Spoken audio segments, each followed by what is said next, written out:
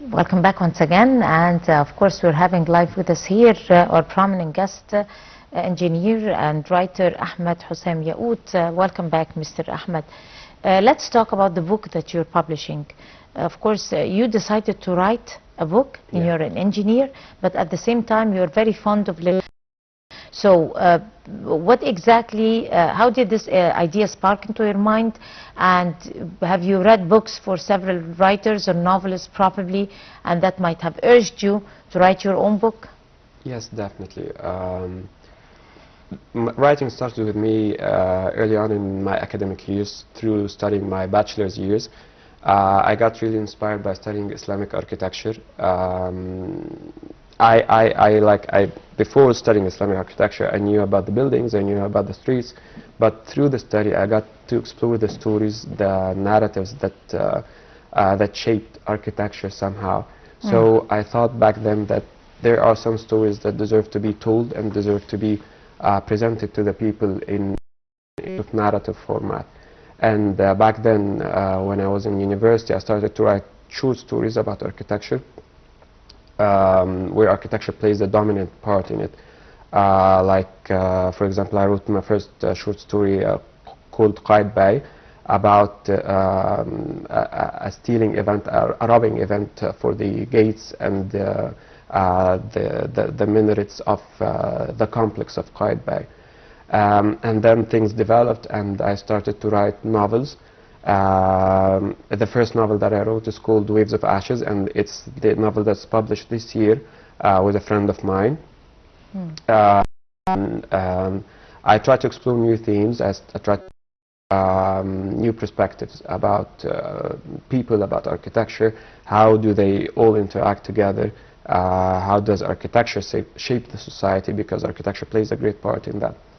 Right. Yeah. You were influenced by, of course, let me, before I ask my question, note that the theme for this year was about the character of the great novelist Naguib Mahfouz. Yeah. And that probably might have influenced every Egyptian. Yeah. Whether they are thinking of writing or no. But how much were you influenced by someone like Naguib Mahfouz, and if your story is of the same type of literature and art like his, exactly talk to us about it. Yeah, I write in a different genre than Naguib Mahfouz. I write in sci-fi and dystopia and thrillers and stuff like that. But what was really special about Naguib Mahfouz is his ability to express his own society and to create characters based on his own experiences and the things witnessed in Gamaleya, in the neighborhood that he has lived.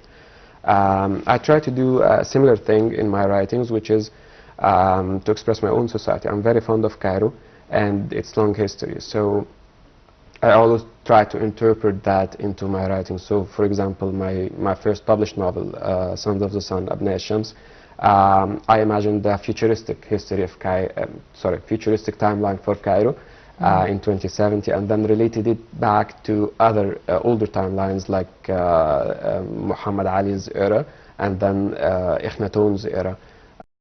That's what I'm always trying to do. I'm trying to find new ways to tell the story of Cairo, because it has a very long and rich history and a complex one that's always worthy of exploration from different angles.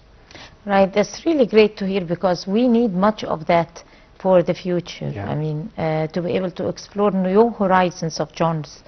At this point, of course, I would like to thank you, engineer, writer and author, Mr. Ahmad Hossam Yakout. Thank you so much. Good luck to you with your endeavors. And by this, we come to the end of this edition of The Breakfast Show. Many thanks to all of you. Till we see you again tomorrow morning. That's the goodbye.